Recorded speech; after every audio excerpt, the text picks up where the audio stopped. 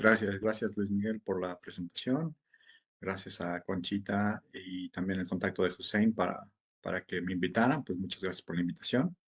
Y pues aquí muy contento de platicarles de este tema que hemos estado trabajando en los últimos años. Entonces, bueno, pues la plática es Curriculum Learning y optimización evolutiva en Deep Learning para clasificación de textos. Entonces, básicamente a ver, ok. El plan de la charla será pues introducir la motivación del texto delicado, que es propiamente donde nosotros nos estamos focalizando, no es clasificación de textos general, sino es en textos delicados. Os daré una definición de eso, porque estamos utilizando Deep Learning. Y luego ya vamos a centrarnos sobre Curriculum Learning, dar un poquito de las bases teóricas de qué es eso, en qué está basado, y luego las propuestas que nosotros dimos al respecto de qué proponemos como nuevos estrategias de curriculum learning y la evaluación de estas estrategias. Después hablaré de un poquito de la optimización evolutiva respecto a aplicado a Deep Learning, algunas propuestas, bases teóricas de esto, muy brevemente, porque hay muchísimo material al respecto, pero brevemente abordar eso, la propuesta que nosotros damos y la evaluación de estas propuestas que hacemos, las conclusiones y el trabajo futuro. Entonces, bueno, empezamos como les decía, estamos focalizados en identificación de texto delicado en Internet.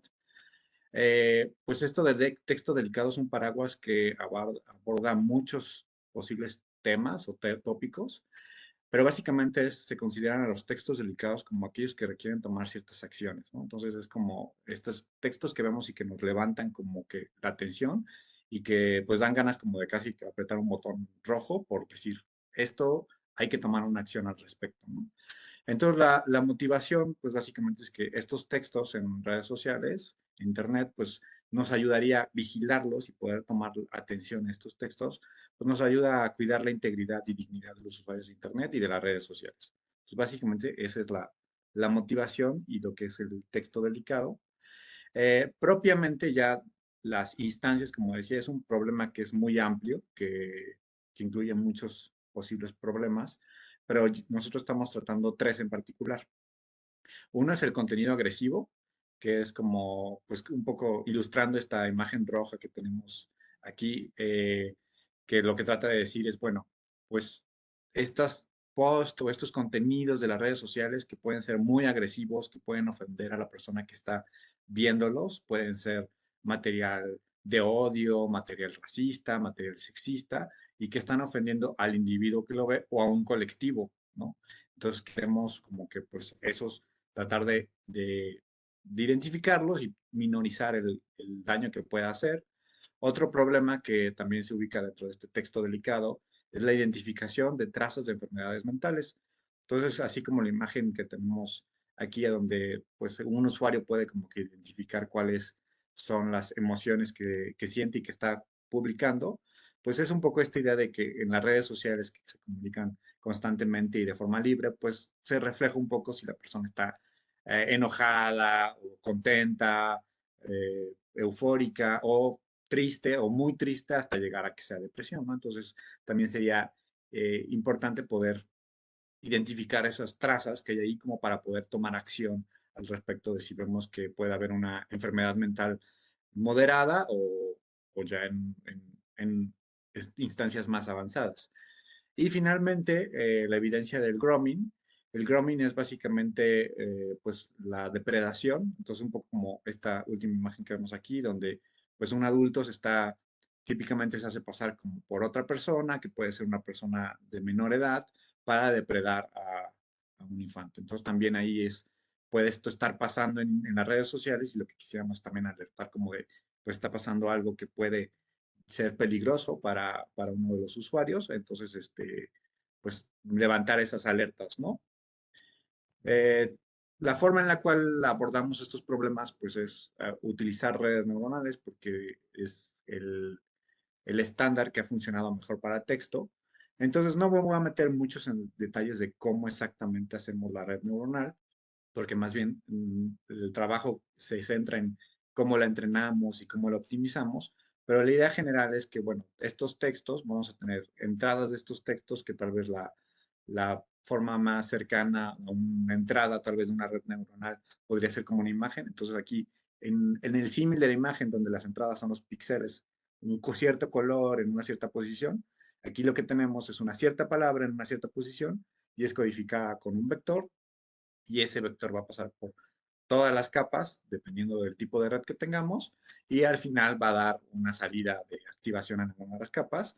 En este ejemplo tenemos como Computer Science y Medical Science, finalmente es como que ver qué palabras, viendo las relaciones de las diferentes palabras, pueden ayudarte a clasificar temáticamente un texto ahí, como que en Computer Science o en Medical Science. A nosotros, este tipo de estructura, lo que queremos es clasificarlo y decir si es caso positivo o negativo ante un texto agresivo, ante un posible texto que esté dando evidencia de que hay un usuario con depresión o evidencia de que hay un caso que se está haciendo como de grooming, ¿no? Entonces, utilizar esos textos que están en Internet, que están pasando en chats, en blogs, en Twitter, y poder dar una clasificación para levantar esas alertas y hacer como esta cuestión que decíamos de llamar la atención y la activación que queremos.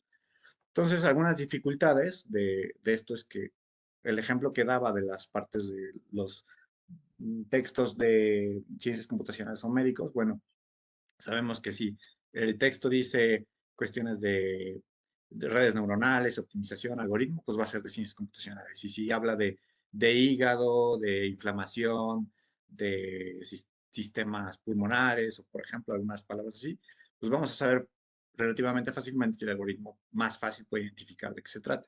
Pero aquí en este caso son más bien como acciones o intenciones del texto.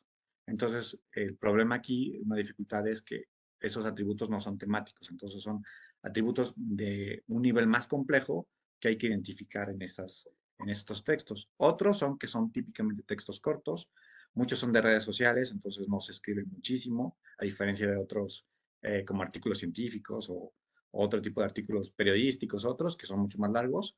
El otro problema es que son desprolijos, no, la gente generalmente no cuida que se sea escrito como muy bien, a veces cometen errores, cosas así. Entonces, hay que manejar ese tipo de textos. Y afortunadamente, un problema que existe, desafortunado para cuando trabajamos con ellos, pero afortunado como problema, es el desbalance de clases. Es decir, que lo bueno es que estos casos de textos agresivos, de textos con depresión y de grooming, pues bueno, no son la mayoría, ¿no? Entonces son poquitos casos y eso es un problema para entrenar una red, el desbalance, pero eso indica bueno, que es bueno para la sociedad, ¿no? Y pocos casos, pues finalmente no es tan fácil obtener casos para entrenar la red. Entonces, pues así, a esquema muy general, ¿cómo se hace la clasificación con redes neuronales profundas? Pues bueno, le van a entrar los datos a la red que, por pedacitos, que se llaman como lotes o batches, y la red va a ir entrenando y se ve que también lo hace, y a partir de ahí entra la optimización de la red, que es como estas grafiquitas que vemos de cómo se va moviendo el error de la red para minimizar ese error y ir haciendo lo mejor posible y lo más rápido posible, ¿no? Entonces, esto es como el esquema general. Y aquí hay algunas áreas de mejora en este tipo de clasificación de textos. Entonces, pues típicamente lo que, digamos, abarca mucha de la literatura es como proponer arquitecturas, diferentes arquitecturas, a donde se cambia la profundidad de estas redes, pueden ser de muchas capas o de menos capas, más delgadas, la conectividad, si todas se conectan entre sí o solamente algunas. Algunas cuestiones como de la arquitectura, de la recursividad, es decir, a veces es bueno que en una capa intermedia pase a ser una capa anterior esa información para que la red de capas anteriores sepa qué está pasando en capas más profundas, ¿no? Y esto puede ayudar mucho. Entonces, especialmente útil, ha sido especialmente útil en el texto. Otras cosas como las compuertas, que las neuronas pueden recibir compuertas como de activación, se activan o se desactivan, y bueno, eso puede ser otra forma en la cual se cambian las arquitecturas. Hay algunas arquitecturas estándar, pues bueno, la Full Connected, la CNN, la LSTMs, ahora muy de moda tanto para imágenes como para texto, los transformers.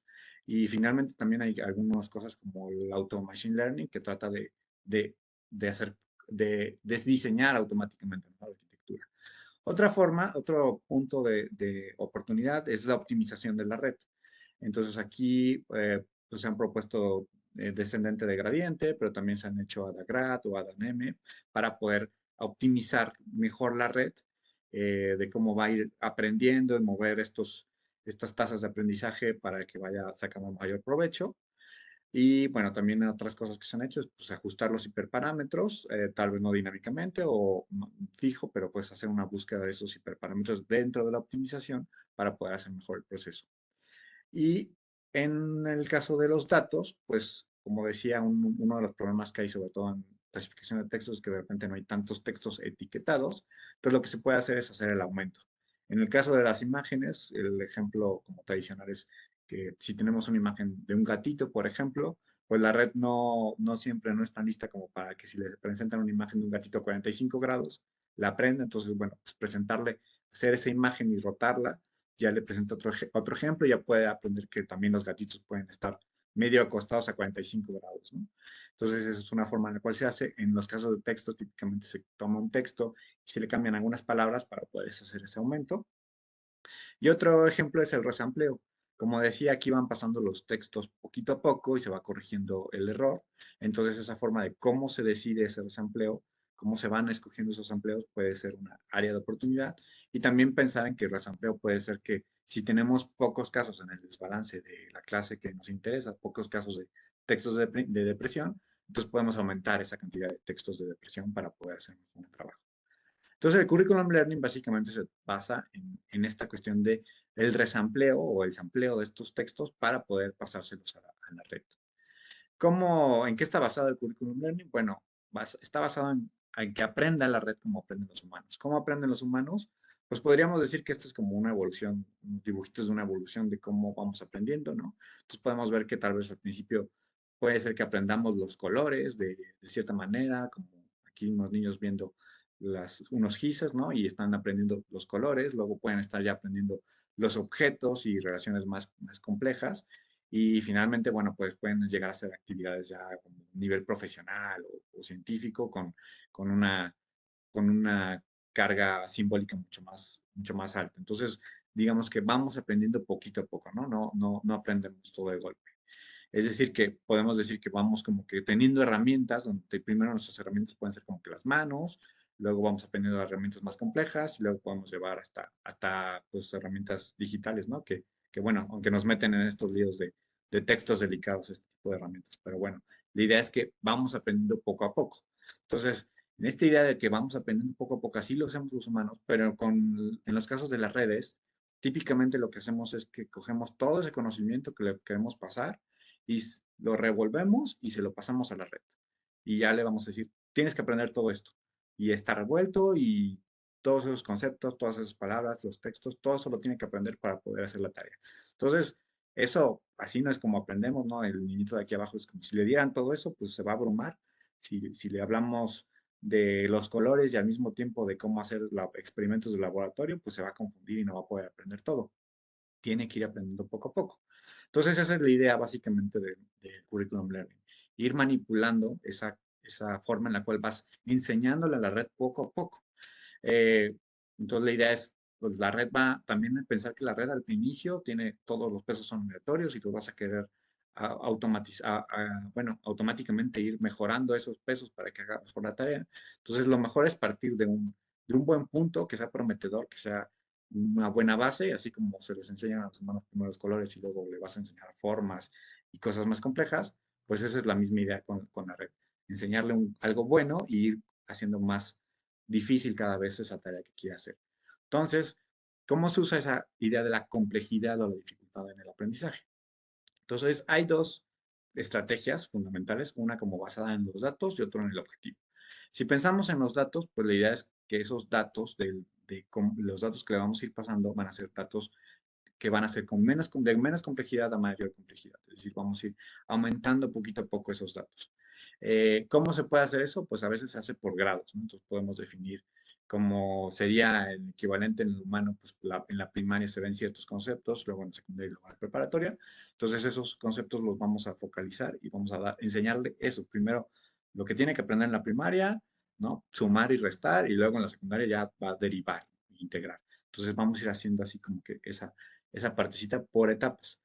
Ahora, aquí se hace recursivamente, la red, como sabemos, tiene que pasar como muchas veces por esos datos, entonces hay que recurrir, hay que hacer, pasarlo por varias veces esos datos para que pueda aprender. Entonces aquí se puede hacer ese ordenamiento de complejidad a nivel batch, es decir, que dentro del batch lo que va a observar es datos que van a ir de lo más sencillo a lo más complejo, o en los episodios, es decir, que va a ir en esos episodios que va a ir aprendiendo constantemente, pues ahí es a donde se ordena. Entonces están esas dos formas de ordenar y la recursividad también de si te centras en, pues solamente vas a centrarte en primaria y hasta que aprendas primaria y lo hagas bien, pasas a secundaria y luego a preparatoria. O le enseñas las tres cosas y ya después de que terminaste preparatoria, bueno, pues no aprendió del todo, entonces te regresas a primaria y lo vuelves a pasar, ¿no?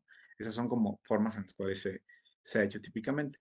La otra es variar el objetivo, es decir, que a veces lo que puedes hacer es, bueno, no necesariamente los datos, sino lo que quieres que aprenda, el objetivo del aprendizaje es lo que puedes ir haciendo más fácil o más difícil. Entonces, por ejemplo, la definición del problema puedes pasar de un problema que tal vez quieras que sea como multiclase a uno binario primero y luego le vas incrementando las clases. Otra es la simplificación o parcialización. Tal vez todo el problema es muy grande, entonces lo parcializas y le dices, bueno, hay muchos colores, quiero que solo aprenda los primarios primero y luego va a aprender colores que se combinan y que puede generar colores secundarios, ¿no? Entonces voy a parcializar, voy a hacerle más sencillo ese objetivo de aprendizaje. Y la otra es pues como por imitación, que se utilizan típicamente técnicas de destilación, donde una red le va a enseñar a otra red, pero esa red tal vez al principio va a estar con objetivos más tranquilos, no del problema completo, sino como que le va a enseñar a tareas sencillas y después va a ir incrementando, enseñándole que existe más como en el mundo. Eh, este orden puede ser predefinido, sobre todo pensando en los datos, es decir, que los ordenamos los datos de lo más sencillo y lo más fácil, y así se los enseñamos y se los vamos a ir pasando, o puede ser dinámico, es decir, que cuando ya pasó primaria, tal vez la secundaria, según como haya aprendido en la primaria, pues la secundaria se la reordenamos para ponérselo en ese orden que puede ser mejor para él. Eh, entonces, bueno, claramente hay cosas que son más fáciles de aprender que otras. En el texto, por ejemplo, aquí podemos ver, si tratáramos de ver eh, si son positivas o negativas ciertas reseñas de películas, pues decir que, por ejemplo, estas fáciles, que es easy, confortable, absolutamente disfrutable, esas son pues claramente positivas, ¿no? O muy plano, sin imaginación, bueno, pues una película así pues es claramente negativa, pero tenemos casos que pueden ser mucho más difíciles, como en el caso de este que tenemos, como no puedo creer que Hollywood no haya pensado en esto antes, ¿no? En una película que la cree como genial y dice cómo no se hizo antes. Entonces es una forma muy rebuscada que, que está diciendo que es muy buena, o no puede encontrar la forma, simplemente no puede encontrar cómo recomendarla lo suficiente, ¿no? Entonces, ahí está diciendo cosas como no, simplemente no puedo encontrar, no puedo encontrar cómo recomendarla suficiente, y la parte de no poder recomendarla puede confundir mucho a la red. Es un ejemplo muy difícil para poderlo hacer, o ocasionalmente interesante. Bueno, está diciendo que es interesante, entonces podría pensar la red que va a ser siempre interesante, pero al decir solamente que es ocasionalmente, pues es una frase negativa. Entonces, la idea es que tenemos que ordenar esos ejemplos de los textos en casos fáciles y casos difíciles, y esto no necesariamente es tan fácil. Entonces, parte del currículum learning importante es poder hacer ese ordenamiento de nuestros datos. Algunas propuestas iniciales de curriculum learning son, por ejemplo, en el 2010 se trató de hacer un post, una inducción de post, que es básicamente como que tener una oración y encontrar cuál es el sujeto, el predicado, el verbo, y entonces la forma en la cual se definió esa dificultad es pues la longitud de la oración. Si una oración es chiquita, pues va a ser más fácil de ubicar cuál es el verbo, porque hay menos elementos que te puedan distraer. Seguramente no va a tener complementos directos, indirectos. Entonces, las oraciones chiquitas van a ser más sencillas, entonces le enseñas primero chiquitas y luego les vas enseñando poco a poco más complejos. ¿Cómo se los enseñas más complejos? Pues se han hecho como que tratar de hacer esos saltos informativos donde puedes tú ver el batch siguiente, que sería informativo, dado que ya aprendió el otro batch. Esto se hace o fijo, como lo había dicho, o como por ejemplo en Kumar, ya lo trata de hacer como que automáticamente y decir cuáles son las que tendría que ir aprendiendo constantemente en el siguiente paso. Otro ejemplo es Ciric y Jovic en el 16, con una LSTM que trata de aprender como aritmética, le van a pasar una secuencia de números que es una operación, entonces el programa va a ser incremental. Primero va a ser solo sumar y con números pequeñitos. Primero va a ser solo sumar del 1 al 3. Y luego ya le enseñas más números y luego ya le enseñas que también puede multiplicar, que también puede restar. Y eso le ayuda a que si tú le das todas las operaciones que tengan que aprender de golpe. Entonces, básicamente, pues bueno, Benjo indica que el curriculum learning es básicamente seguir este proceso de aprendizaje de forma como método continuo, ¿no? Ahora, aquí de repente curriculum learning tiene un problema que la nomenclatura no siempre es fija. Entonces ahí si hacen un análisis de trabajos, bueno, hay que pensar que no siempre, hay a veces cosas que pueden decir, esto como que es curriculum learning, pero no se encaja o no se dice que es curriculum learning porque se parece mucho, pero no le dan ese nombre. Entonces, algún otro nombre que se le ha dado, por ejemplo, es en un trabajo que nosotros publicamos que se llama Dynamic Unsupervised Data Augmentation, donde hacemos aumentación de datos, pero lo hacemos dinámico y al final estamos haciendo curriculum learning, pero no lo llamamos curriculum learning, porque a veces no siempre es un término como tan recibido por toda la comunidad de todas las áreas. Nuestra propuesta ya, puntualmente la que nosotros hacemos para el currículum learning que proponemos es recursiva, donde vamos a estar pasando varias veces por todos los datos, es decir, nosotros ahora, en esta primera etapa, sí pensamos por sencillez que le vamos a enseñar primaria, luego secundaria, luego preparatoria, en el primer aprendizaje y luego va a tener que volver a aprender a primaria, secundaria y preparatoria. Esa recursividad y están ordenados inclusive dentro del batch. El batch ya va ordenado de los datos que van a ir pasando y va a ir aprendiendo en cada uno de los datos. Y el orden está predefinido, lo definimos previamente, no es dinámico por ahora, se calcula la dificultad y con eso se va a ordenar con ese orden de los datos.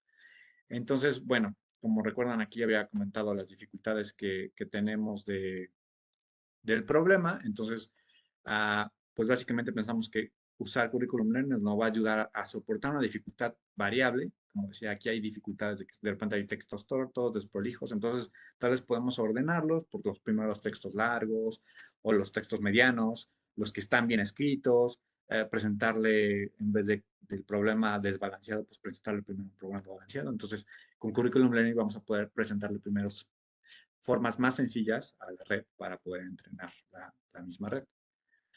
El primero que proponemos es el class balance. Entonces, como decía, un problema importante para las redes es el desbalance. Entonces, lo que vamos a hacer es simplemente presentarle al principio una versión balanceada. Entonces, los primeros datos, los primeros lotes que le vamos a dar van a tener igual cantidad de datos de ambos problemas, no como el balance tal vez que encontramos en la realidad, donde tal vez serían menos casos depresivos, no, al principio le vamos a dar lo mismo, la misma cantidad, para que no le cueste tanto trabajo diferenciarlos, ¿no? Y ya después tal vez ajustar ese desbalance con el tiempo para que pueda ver que sí en el mundo real hay menos casos de depresión, ¿no?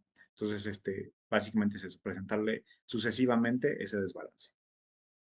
Otro método que proponemos, una serie de métodos, bueno, son dos variantes de beginner to expert, partirle de lo más sencillito a lo más complicado, pero aquí partimos con dos definiciones de qué cosa es fácil. Uno, a partir de atributos informativos, entonces lo que hacemos es medir la chi-square de todos los atributos, en nuestro caso son palabras. Entonces, un ejemplo que tenga palabras que tienen altos valores de chi-square, es decir, que tienen muchos atributos que son fáciles de clasificar según nuestras clases. En depresión quizá podríamos pensar que si dice mucho triste, si dice mucho desanimado, si dice mucho contento para la otra clase, la clase negativa de depresión.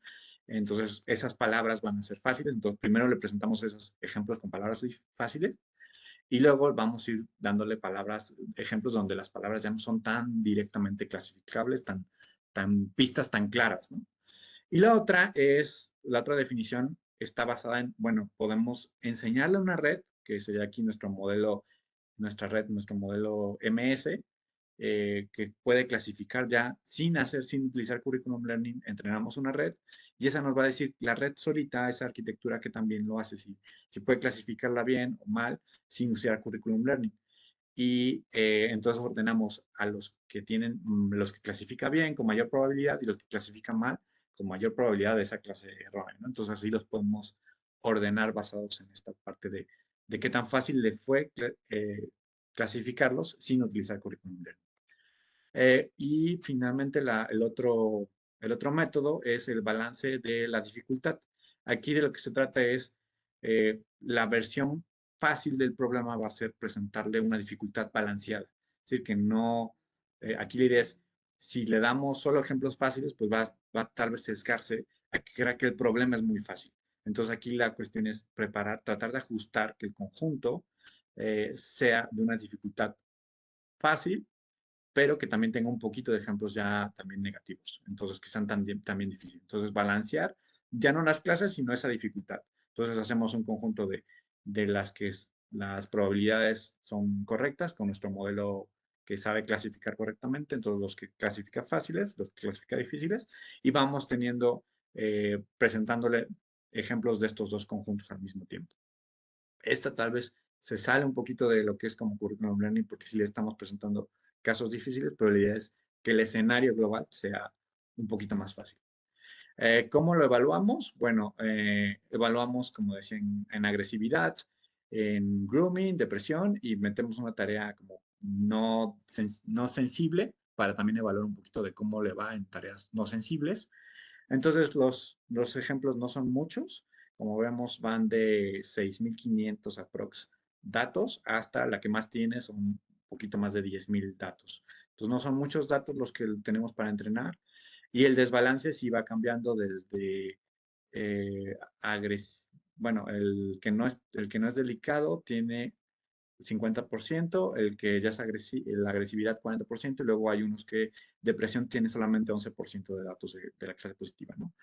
Y las arquitecturas que probamos, queremos ver como con, con varias alternativas que se han utilizado para clasificación de texto, ver cómo le va a esas arquitecturas. Entonces probamos con LSTMs, con VLSTMs, que es ver el texto en un sentido y luego va a ver el texto regresándose hacia atrás.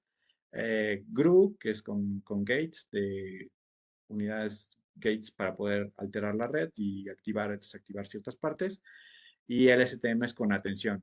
Entonces, esas son las arquitecturas que probamos y que le metemos la parte de Curriculum Learning.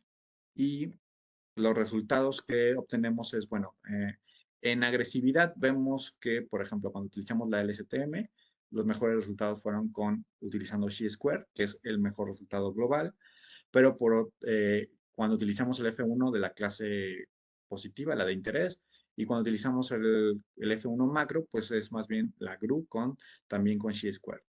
Eh, las diferentes, como vemos, si nos fijamos en diferentes arquitecturas, por ejemplo, la GRU, lo que le funciona mejor como estrategia de Curriculum Learning es la basada en Chi-Square.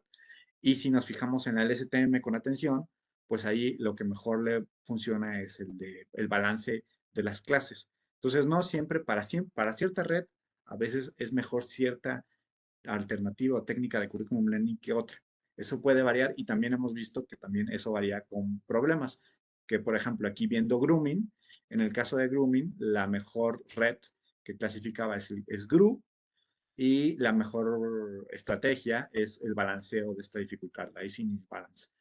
Entonces, también vemos que diferentes problemas funcionan mejor con diferentes redes y con diferentes estrategias de curriculum learning. En el caso de depresión, aquí lo malo es que no, bueno, lo que tuvimos es que no, los resultados en general son mucho peores y también lo que vimos en general es que curriculum learning no estaba dando muy buenos resultados. Lo mejor era no utilizar curriculum learning en caso de depresión. Eh, Luego, en el caso de Sentiment Analysis, también encontramos ahí que este es un caso de texto no delicado. Aquí también veíamos que LSTM con atención en el caso de no curriculum learning era lo mejor.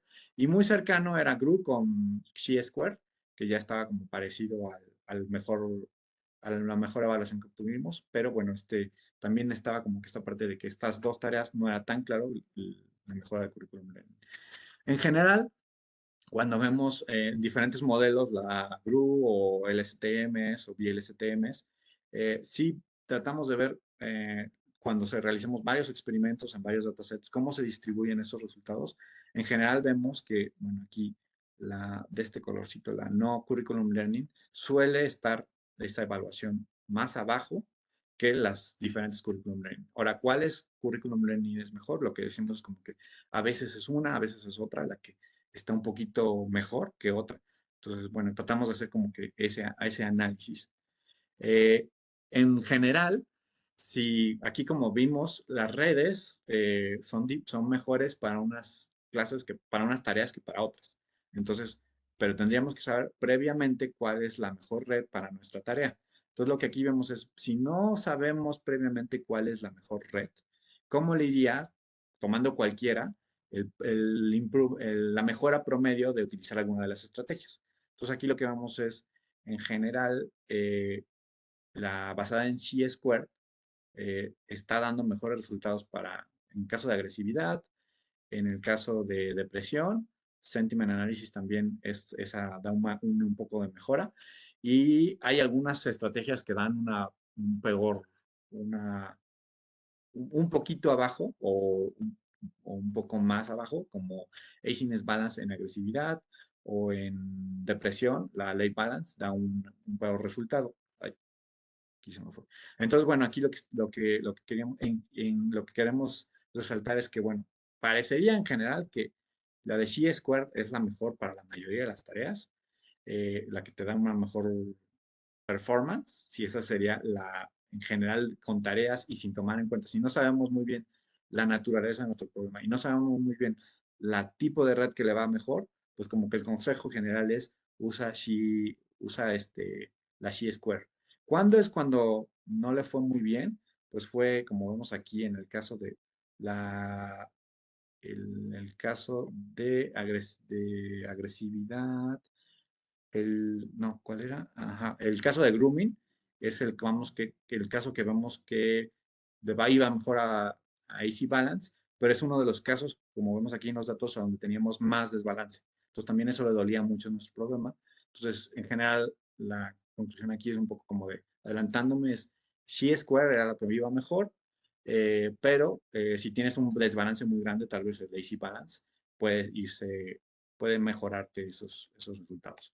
Y por otro lado, también como les había dicho, eh, había platicado al principio que también hemos hecho algo de optimización, de ajuste de esta optimización. Entonces, es aquí Curriculum Learning, planteábamos que iba a ir en el resempleo y también vamos a utilizar algo de estrategias de optimización híbridas en el ajuste de la red. Entonces, también vamos a proponer una mejora en esta parte, ¿no? En cómo se va optimizando la red. Recordando un poquito, típicamente lo que se hace es pues, propagación del error con descenso del gradiente o alguna de las variantes como AdaGraph o Adam, que nos permite movernos mejor en la optimización, pero bueno, recordar que lo que tenemos es, muevo esto, ajá. Tenemos en esta en esta sábana de cómo le va a ir a la red, pues vamos a ir calculando hacia dónde nos tenemos que mover poquito a poco y vamos ajustando esos pasitos para irnos moviendo, ¿no? Y lo que hacemos es optimizar los parámetros de la red con la pérdida de cómo le va a la red en los datos que estamos observando, ¿no? Ahora, un problema de esta forma tradicional de hacerse es, en el caso de textos, la función de pérdida, que es como medir directamente la distancia de tu respuesta a lo que esperas de salida, ¿no? La activación y cuántos se están activando. Esa es una métrica, la pérdida es una métrica que no es muy informativa y no muy utilizada en clasificación de texto. De hecho, si vienen los resultados, nunca se pone nada de la diferencia de la pérdida. Y esto es porque típicamente tenemos la F1 o a veces nos fijamos en la accuracy. Entonces, no es una métrica muy informativa para el tipo de problemas. Entonces, la alternativa de poder optimizar una red que no basándonos tanto en la pérdida sería poder utilizar optimizaciones de caja negra, ¿no? La ventaja de utilizar optimizaciones de caja negra es que ya la función bueno, nuestra función que estamos optimizando no tiene que ser un modelo algebraico. La función de optimizar, a optimizar, en el caso de la pérdida, no necesita ser derivable. Es decir, ya podemos tomar una F1 o las métricas que nos interesan o que se mide típicamente para ver si estamos haciendo bien la clasificación o no, ya pueden ser parte de la función de pérdida, ya no necesariamente esta cuestión de la pérdida, de la diferencia, el error de la red, ¿no? Y bueno, un problema es que también son computacionalmente más costosos este tipo de alternativas. Entonces nosotros dentro de estas optimizaciones de caja negra nos basamos en realizar métodos de población.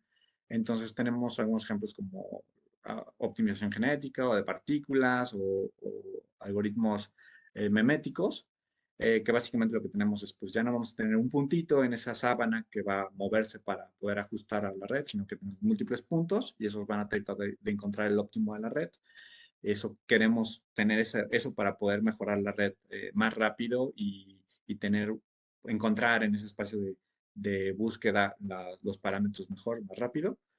Y también tomamos la optimización robusta, que lo que propone es, en este caso, es una forma como tratar de bajarle la complejidad del problema eh, y también tratar de tener métodos más robustos. Aquí la diferencia es, como vemos, también se está igual que la pérdida anterior, la pérdida de los datos de nuestro modelo con respecto al goal que queremos alcanzar, pero aquí tenemos, eso lo queremos minimizar y aquí tenemos una maximización sobre una Q. Y esto es que nuestra Q es la población de datos que tenemos. Entonces aquí lo que está diciendo es, no tienes que optimizar sobre todos los datos, sino que tienes que optimizar solamente sobre los datos que te está yendo peor en la pérdida. Y eso reduce tu tiempo de, tu tiempo que vas a gastar en optimizar la red y también vas a ser más robusto porque teóricamente estás yéndote a los peores casos y eso lo estás mejorando. Entonces, basados en esta idea de draw, de la parte robusta, nosotros proponemos una optimización híbrida que vamos a tratar de utilizar tanto guiarla por gradiente como guiarla de forma eh, genética con múltiples puntos. Y vamos a utilizar un poco, basándonos en draw, también esta idea pues de pérdida como multiobjetivo, ¿no? Donde ahí trataba de tener el objetivo de optimizar que la red lo hiciera mejor sobre los puntos malos. Y nosotros lo que vamos a hacer esta es nuestra función propuesta, donde básicamente vamos a tener una pérdida de gradiente, que sí es la pérdida tal cual de cómo le va dando el error. Una pérdida genética, que esa puede ser no diferenciable y ya podemos decir, esa puede ser que también va en el F1 y lo vamos a hacer sobre dos poblaciones diferentes, igual que Draw lo hace sobre una subpoblación, nosotros vamos a tener una población de gradiente y una población genética. Entonces, bueno, aquí también lo que quisiera enfocar es que también esta idea de vamos a tener datos diferentes y vamos a optimizar de forma diferente la red de acuerdo a esos datos, pues eso también se parece un poquito a Curriculum en el sentido que antes le dábamos datos. La idea del draw, de hecho, es, pues, le voy a dar los datos, voy a trabajar con los datos más difíciles, los de frontera, que todavía no llegan a ser buenos. Entonces, nosotros vamos a trabajar con datos separados, pero al mismo tiempo también queremos explorar la integración de currículum en nuestras estrategias. Si tenemos aquí como que esta figurita, ¿no? La idea es que nos vamos a ir como que moviendo digamos que esta bajada es con el gradiente y luego hacemos una exploración del espacio para poder mejorar, mejor, ir a un punto donde puedas llegar a una mejor optimización y ya vuelves a mejorar. Entonces le vamos como que inyectando un poquito de ruido con la parte de genética y de exploración de muchos variantes en esos parámetros y vamos a ir con el gradiente optimizando constantemente. Entonces tenemos dos pérdidas y dos particiones de datos. Como decía, esta optimización tiene este componente, todas estas etapas de arriba de los cuatro cuadritos que se ven aquí son como los genéticos y la parte de abajo es la optimización de gradiente.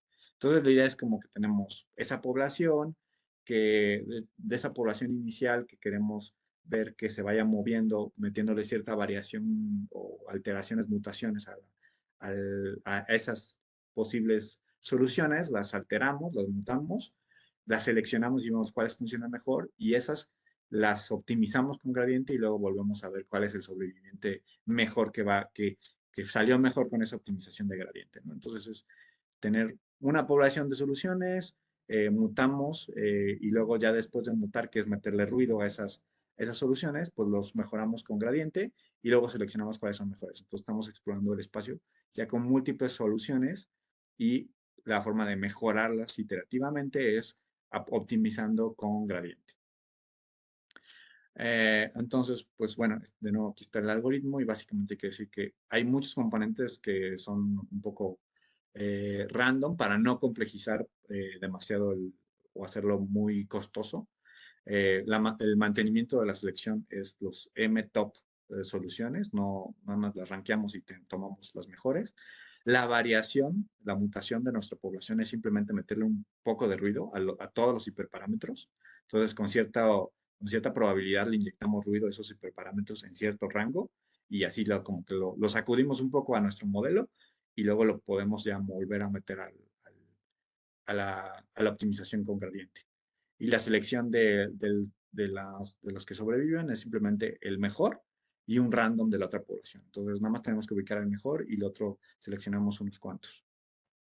De nuevo, los mismos datasets y los mismos arquitecturas que probamos con este algoritmo de optimización. Entonces, aquí lo que vemos es para el caso de agresividad, lo mejor sí era utilizar el HGGA, que es el híbrido de gradiente y genético. En el caso de grooming también resultó ser mejor. Pero bueno, en el caso de sentiment analysis también, y en el caso de depresión, que fue de los casos que vimos como más difícil siempre, ahí no, la Adam, en el caso de gradiente era gradiente por descenso, era normalito, y en el caso que pusimos como baseline de optimización, bueno, quisimos poner una variante un poquito mejor que el gradiente, que utilizamos Adam, y ahí en depresión sí salió mejor esta parte de utilizar el Adam. Como decía, estamos utilizando dos particiones de datos y dos funciones de fitness. Entonces queríamos evaluar aquí como un poco como un estudio de ablación de, bueno, ¿qué pasa si no tenemos esas dos poblaciones separadas y qué pasa si no tenemos esas dos funciones? Entonces sería como que solo optimizar, sí poder optimizar gradiente y poder optimizar con genético, pero sin tener las funciones separadas, es decir, genético y gradiente son funciones separadas y aquí es si fueran la misma y si no tenemos esa separación de datos. Entonces, lo que resultó es que eso, si le agregas las dos separaciones de los datos, es mejor con estas dos redes que eran como las que iban mejor. Y también si le metes las dos funciones de fitness, bueno, las dos funciones de fitness funcionan en general, es mejor, si nada más vas a ocupar una de estas dos variantes del algoritmo, es mejor que utilices las dos variantes de funciones de pérdida, que es la de particiones, pero todo junto es lo que funciona mejor. Y en cuanto a tiempo, pues sí, resulta mejor que mucho más costoso que solamente utilizar Adam. La iteración de segundos era casi por una generación por segundo en el Adam, solo usas Adam, y cuando usas el HGGA se va a 125. Pero si utilizas esto donde no estás separando las poblaciones y no tienes pérdidas separadas, de nuevo, como estás utilizando todos los datos juntos, entonces tu, tu tiempo se va a pues casi el 4 veces más. Y luego, bueno, ya entonces presentamos la parte de curriculum learning, la parte de optimización, esta híbrida genética con gradiente, si las usamos juntas, ¿qué es lo que pasaba? Y entonces aquí lo que estamos es viendo, es decir, tenemos nuestro algoritmo, vamos a optimizar la red con esta forma híbrida, pero los datos los va a ver ordenados como se ordenan por curriculum learning. Y entonces aquí ya la historia empieza a ser diferente, ya empieza así a ser mejor siempre utilizar un curriculum learning y los resultados son superiores a no utilizar, si no utilizamos curriculum learning y si no utilizamos el gradiente. Particularmente en el mejor resultado en agresividad era de nuevo GRU con el balance de las etiquetas. Luego, en el caso de grooming, lo que obteníamos era la probabilidad, la dificultad de probabilidad, el balanceo. Y en el caso de depresión, el mejor resultado era con chi-square. Aquí, pues, la mejora no fue muy grande en depresión en general, pero ya empezamos a obtener resultados mejores a no utilizar esas estrategias cuando se utilizan, que cuando se utilizan mixtas. Y bueno, en cuanto a la velocidad de convergencia, eh, pues aquí vemos cuando no se utiliza Curriculum Learning es cómo va mejorando esa pérdida. Eh, Aquí, bueno, cuando podemos ver la pérdida directamente, la que sí es derivable en esa población. Y entonces vemos que es más rápido si utilizar el balance que le va mejor que no utilizar un currículum. Es decir, que los resultados son mejores, pero aparte se puede obtener más rápido esos resultados.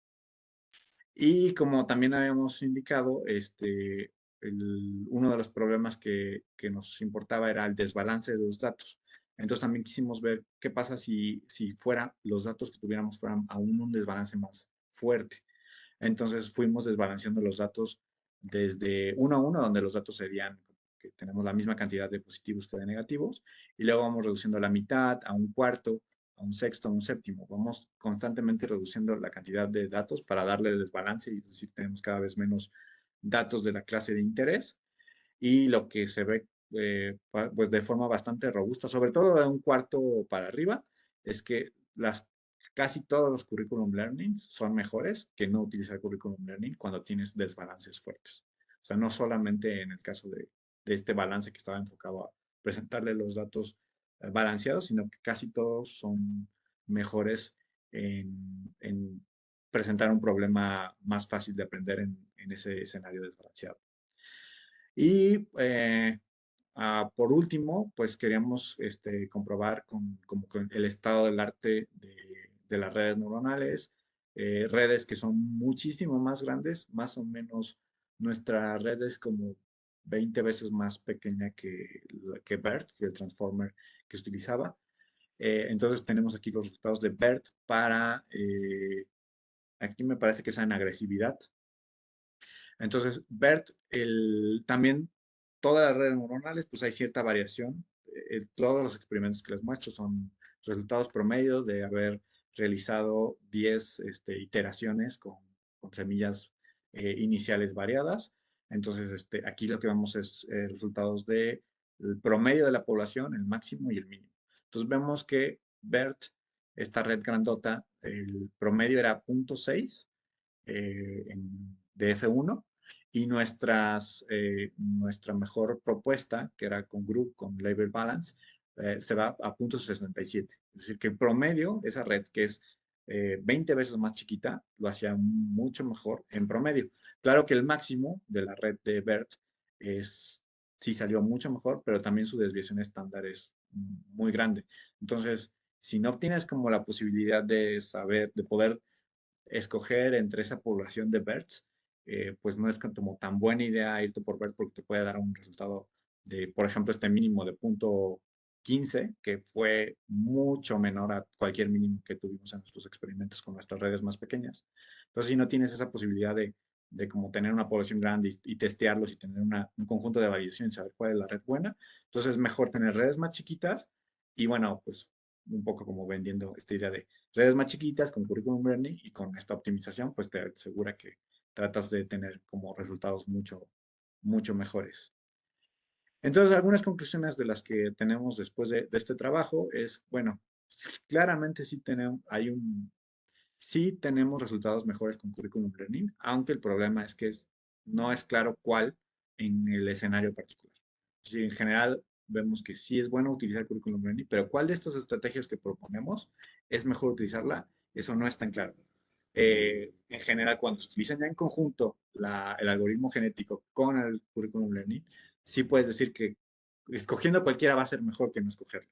Pero cuál va a ser la mejor, eso es algo que todavía estamos tratando de hallar algunas heurísticas para poder guiar. Vemos que también es mucho más robusto para el desbalance y que convergen más rápido nuestros métodos. Trabajo futuro que estamos realizando al respecto, bueno, como lo dije muy rápido, pero bueno, dentro de nuestro algoritmo genético no hacemos cruza de modelos, nada más estamos haciendo mutación. Esto porque pues no es tan fácil pensar en cómo vamos a cruzar redes, ¿no? Para que haga una red, otra red que pueda hacer estas redes como mejores. Entonces, no era tan crucial, ya estamos trabajando en ello, ya estamos obteniendo mejores resultados haciendo cruza de estas redes. Y también BERT, que es esta red 20 veces más grande que no la introdujimos en nuestros set inicial de arquitecturas que estábamos evaluando. Bueno, ya la incluimos, estamos ya trabajando con ella. Y lo bonito que, bueno, ese resultado que veíamos de que podíamos obtener valores máximos más grandes al meter todo este mecanismo de genético gradiente híbrido, pues ya podemos mejorar esa población de BERTs y poder tener resultados que ahorita estamos teniendo resultados mejores que el máximo que teníamos con BERT sin utilizar eso. Entonces, estamos teniendo, pues bueno, resultados interesantes al respecto. Bueno, quisiera comentar un poco, pues, estos autores de este trabajo. Este trabajo ya es publicado, ya se publicó. Aquí está el paper, la portada del paper y lo pueden descargar con este QR. Y los dos primeros autores son, bueno, es un trabajo de tanto de compañeros de CIMAT Guanajuato como de CIMAT Monterrey. Y los primeros autores son estudiantes. El primer autor, Alfredo, era un estudiante de la Universidad de Guanajuato y que toman cursos con nosotros también en CIMAT. Después él se fue a Facebook, fue contratado por Facebook y ahorita actualmente está trabajando en un spin-off de la Universidad de Georgetown. Y Daniel es un estudiante de maestría que está haciendo una estancia en el Politécnico de Lucerne, en Suiza, y bueno, pues sigue ahí trabajando y que parece que va a ser el doctorado por ahí. Entonces, bueno, este es un trabajo colectivo, como vieron, pues hubo necesidad de hacer un montón de experimentos y un montón de cosas. Si quieren más detalles, en general hay bastante más material que por tiempo no platiqué de este artículo y bueno, me fui un poco más grande. Mi idea general era como meterles la cosquilla de utilizar optimizaciones híbridas y de esta parte de curriculum learning. Y preguntas, pero como veo que todavía me quedan 5 minutitos, voy a hacer rápido un anuncio. Si les gusta estas partes de, bueno, estos áreas de NLP, los invito a estar pendientes de la escuela de verano que se va a realizar por primera vez pues bueno, en la historia de las conferencias de NACOL, que son las conferencias más importantes de NLP en el mundo. Por primera vez se va a realizar en México, en la Ciudad de México, del 14 al 15 de junio. eh, y nosotros estamos organizando una escuela dirigida más bien, pues bueno, un poco a la comunidad de estudiantes para que unos días, bueno, justo los días antes del 13, el 12 y 13 de junio puedan como que tener una sesión ahí de ciertas pláticas de algunos de los que van a exponer y bueno, pues también se pueden ahí, si quieren, como que ver parte de este Congreso General. Pero bueno, si les interesa NLP, les sugiero como que estar pendiente de la página que aquí tienen el QR para ver cuándo sale ya el call para la participación y registrarse y bueno, estar ahí al pendientes de este evento. Entonces, pues muchas gracias y pues creo que podemos abrir la sesión de preguntas. O como indiques, Luis Miguel. Sí, muchas gracias, doctor, por su presentación, muy, muy interesante. Quisiera ver si los compañeros aquí en la sala virtual tuvieran alguna pregunta para el doctor Fernando. Sí, por favor, doctor Hussein. Si hay alguien, porque yo me voy a llevar un tiempo. Si hay alguien que quiera ir primero. A ver, no te escuché bien. ¿Hay alguien que quiere ir primero o ya me arranco? No, Ah, adelante, doctor. Pues tengo 4 preguntas, realmente 5. Con este anuncio que hiciste de la escuela de verano, ¿hay becas para que los estudiantes se animen o cómo está ahí? sí, bueno, sí va a haber becas, no muchas, lamentablemente, pero sí vamos a tener un pequeño fondo para que puedan, tener ayuda para viaje o hospedaje, ¿no? Entonces sí va a haber ayudas. También quisiera hacer anuncios si todavía ya cerró para la conferencia principal de NACL, ya cerraron bueno, el submit de los trabajos principales, pero todavía hay muchos workshops que se realizan alrededor que están abiertos. Y si los trabajos son admitidos, también a la conferencia principal se puede pedir ayuda para también viaje, hospedaje. Entonces, bueno, estar pendiente de estos dos eventos, digamos que la conferencia principal tiene un fondo más grande para ayudas, pero también nosotros tendremos un pequeño fondo también para poder hacer ayudas de becas para que vayan los estudiantes. Perfecto. Sí, muchas gracias por la charla. Está muy interesante. Mi primera pregunta tiene que ver con estas conclusiones que dabas de que no estaba claro qué estrategia podría ser la adecuada, puesto que son problemas diferentes, algunos más desbalanceados, algunos con más o menos clases, pero tienen una idea intuitiva de qué puede ser más importante. Esta estrategia con la cual de alguna forma califican los valores de los vectores de entrada, por ejemplo, usaban chi cuadrada, eso es más importante, el modelo con el que se entrena, o si ese boost que hacen con la parte de la optimización, si es claramente los lleva a mejores resultados. Eh, bueno, contestaría un poco, cuando se utiliza la optimización híbrida, ya es más claro que sí, Curriculum Learning da mejores resultados, ya cualquiera de esas, ¿no? Que utilices cualquiera de las estrategias. Entonces, eso sí le da un boost fuerte, es decir, que cuando ya utilizas esa optimización híbrida, ya no tienes estos valores negativos que vemos aquí en la tabla de que algunas no eran tan buenas para ese tipo de problema. Eh, pero sí tenemos algunos, pues como pistas de qué podría ser. En general lo que vemos es que la parte de chi-square está siendo muy informativa para la mayoría. Es decir, si vemos aquí en la tabla, chi-square no tiene números negativos y tiene números bastante sorprendentes positivos, como el de depresión, ¿no? Que sube 42 o 14 en general, 11 en sentimiento, aunque ya tiene valores mucho más chiquitos en otros datasets, ¿no? Como Grooming, ya nada más te sube 2.16, cuando si hubieras tenido el Lazy Balance, te sube más. Pero digamos como que lo que obtenemos es chi-square, es como que el más estable.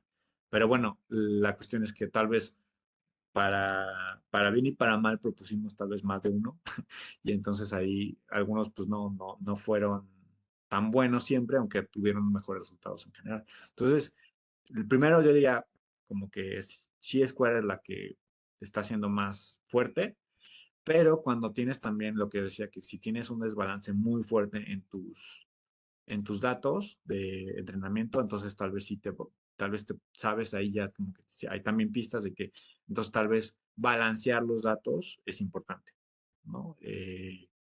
Y también estamos trabajando ahora en tratar de hacer cosas mezcladas, es decir, poder como juntar criterios, ¿no? ¿Qué pasa si las de Chi-Square ya sabemos que ciertos son fáciles por Chi-Square y otros forma también es que cierta forma de presentar los datos pues balanceados es más fácil. Entonces, bueno, a tratar de hacer las dos cosas al mismo tiempo, ¿no? Para presentarle cosas fáciles en ambos aspectos.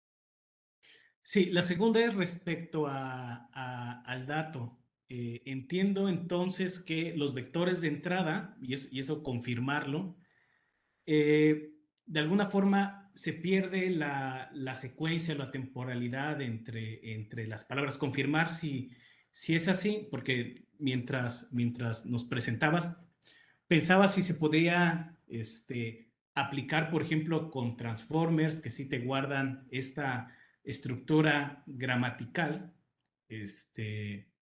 porque entiendo que después lo compararon, pero ahí más bien la entrada fue, supongo que el texto completo, y en este orden de ideas, si utilizaron un BERT general o si probaron con algún otro tipo de transformer, digamos, reentrenada para dominios particulares, por ejemplo, un BERT orientado a sentiment analysis o un BERT de este tipo. Ok, a ver, quizá lo expliqué un poco mal. Ah, los, los, el texto no lo desordenamos. Lo que ordenamos son las instancias solamente. Es decir, a la red le vas a ir pasando ciertos batch para entrenar, ¿no? Entonces es un conjunto de, no sé si tu tamaño es de 64 documentos de batch, pues entonces le vas a entregar al principio 64 y luego le vas a entregar otros 64 y así sucesivamente. Eso es lo que ordenamos. ¿Cuáles son los primeros 64 que ve? Luego los siguientes y así sucesivamente. Ordenamos las instancias en cómo se van a organizar esos paquetitos que le vas a ir pasando. Y la idea es que al principio va a haber paquetitos que son más fáciles y luego le vas a ir dando paquetitos que son más difíciles.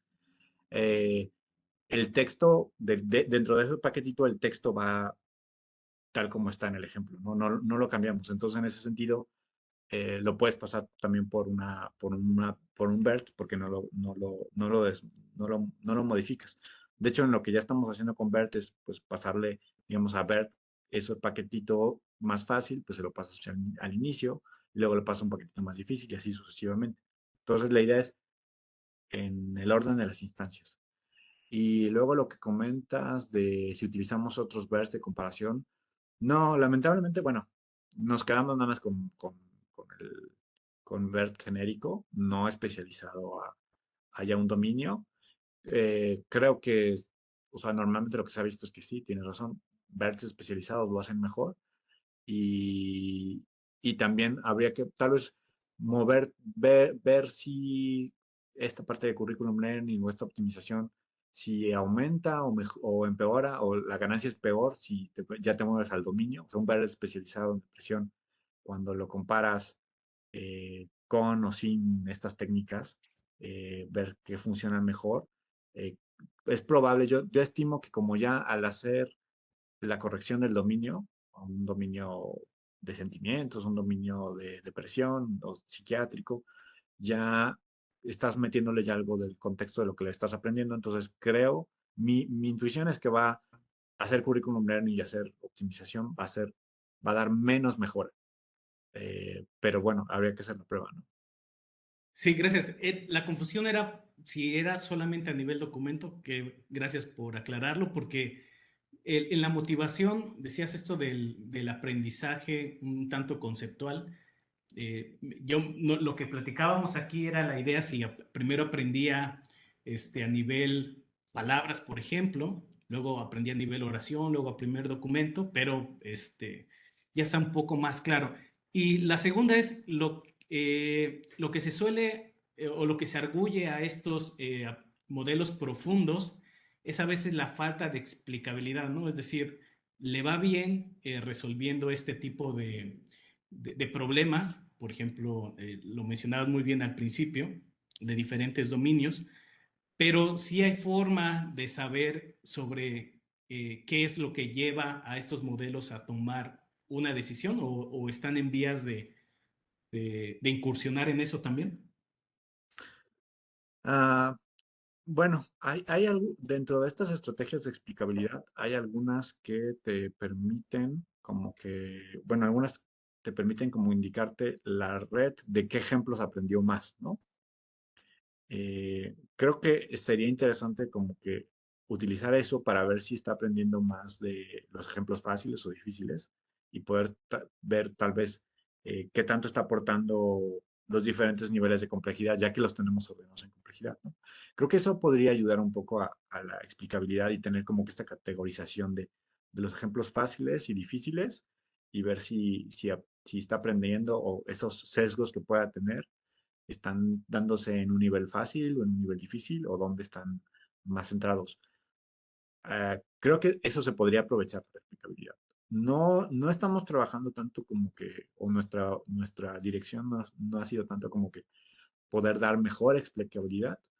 De hecho, ahí sí yo creo que pecaría un poco de la parte híbrida al momento de tener dos funciones de pérdida y dos poblaciones hacen un poco más complejo la explicabilidad y aplicar los métodos de explicabilidad durante ese proceso puede ser más complejo y un poco como más nebuloso darle una interpretación más clara, porque tienes múltiples modelos y de repente saltaste del mejor y ya ese mejor ya no era ese mejor, sino le metiste cierto ruido y te pasaste a otro mejor. Entonces, ese seguimiento de qué cosa va haciendo el modelo o qué va aprendiendo, esa parte creo que empeora un poco la explicabilidad. Y la parte de curriculum learning creo que puede mejorar un poco la explicabilidad en el sentido de que puedes ver de qué ejemplos está aprendiendo mejor y que al estar ordenados puedes sacar conclusiones de que cuáles le funcionan mejor aplicando estas técnicas de regresión a partir de ejemplos de entrenamiento, ¿no?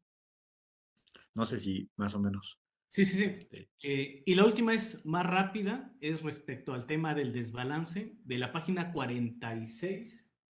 Se me hizo curioso que se presentaba un patrón muy particular. No sé si hay una razón numérica por ahí detrás o es simplemente coincidencia, que pues parece que decae por ahí de la razón un cuarto, ¿no? Y después como que se levanta casi en todos los casos.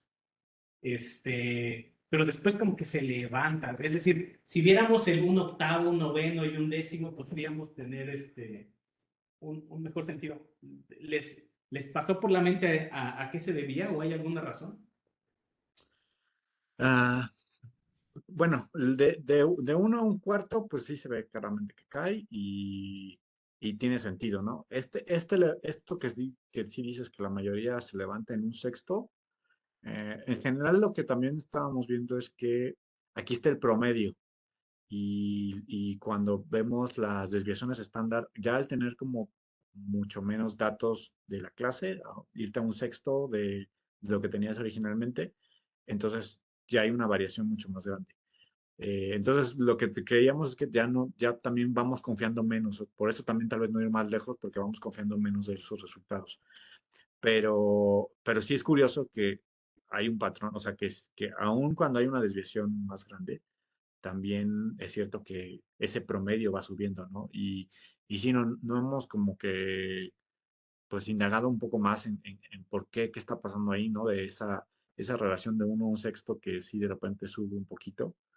Eh, Quizá especulo que puede ser que, dado que hay menos datos de entrenamiento de la clase de interés, que haya una diversidad más grande y que o sea, como que el componente ruido de los poquitos datos que tienes te ayude a que de repente tengas en tu población de redes algunos que por chiripa, digamos, le fue mejor. Creo que por ahí puede ir porque se aumenta la desviación estándar, pero así muy estudiado no lo tenemos, pero sí es interesante esa observación. Sí, con lo que dice suena que de alguna forma la cobertura pues se refleja en el recall y es parte del F1 score, ¿no? Pero está bastante curioso. Gracias, serían todas mis preguntas. Gracias. Muy bien, todavía tenemos por ahí un par de minutitos. ¿Alguien quisiera hacer alguna pregunta? Parece que no. Yo voy a hacer una doctor, en lo que alguien dice. A mí me llamó la atención el origen, ¿no? Por ahí tienen bases de datos que están en español, ¿no? Entendí como para la parte de agresividad. No alcancé a ver si las demás están en español, pero al menos agresividad. Mi pregunta es, ¿ese español es de España? O de dónde es el español?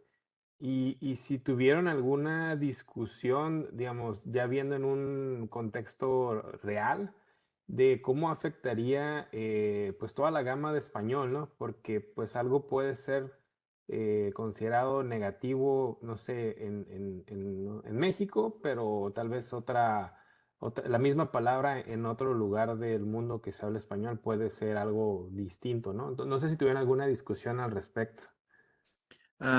Bueno, en este trabajo no hubo tantas discusiones así, como que aquí tomamos un poco los datasets como por dados, por descontados, pero sí hemos hecho otros trabajos y este corpus de agresividad proviene de una competencia que se hizo de detección de agresividad en Twitter mexicanos, sí son Ok, mexicanos esos tweets, y son etiquetados por mexicanos, ok. y sí hay y discusiones al respecto, ¿no? Es decir, de hecho, una variación de esta tarea después se llamó ofensividad Ujú, y fue tan diferente que se hicieron dos versiones diferentes, de una en español de España y otra en español de México, ok. y los datos son diferentes y sí, claramente hay palabras que no le dicen nada a un español, ¿no? Unas groserías que no le dicen nada a un español y viceversa, ¿no? Cosas que nos dirían a nosotros,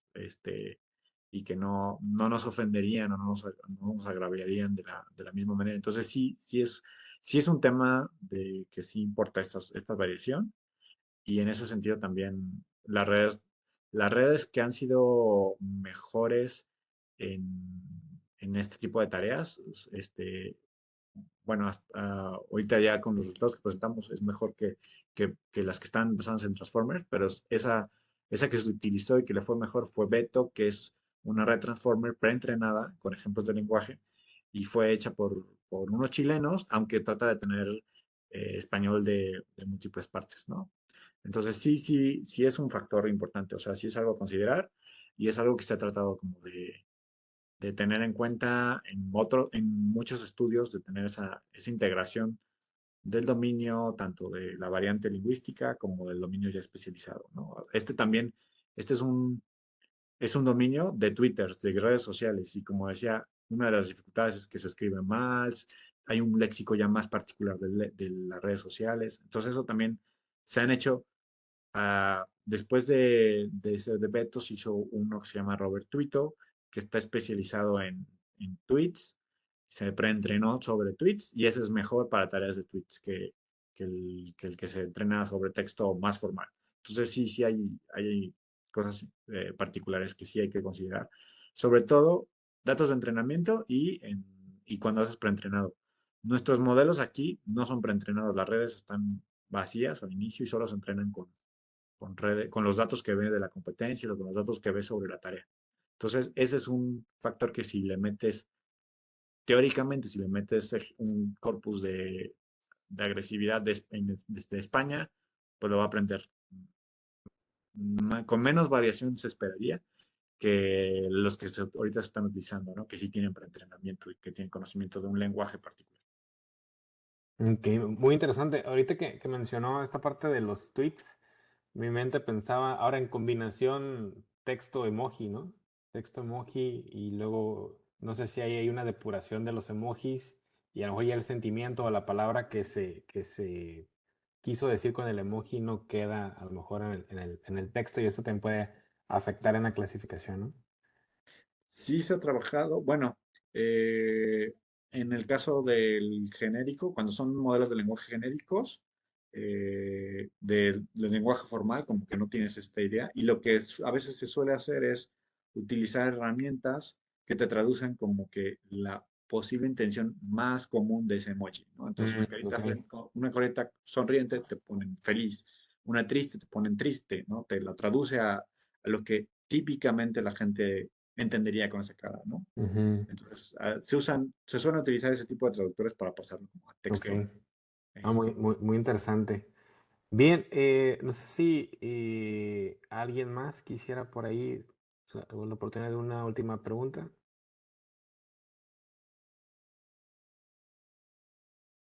Parece que no. Doctor, estamos sobre el tiempo. Voy a compartir mi pantalla ahora.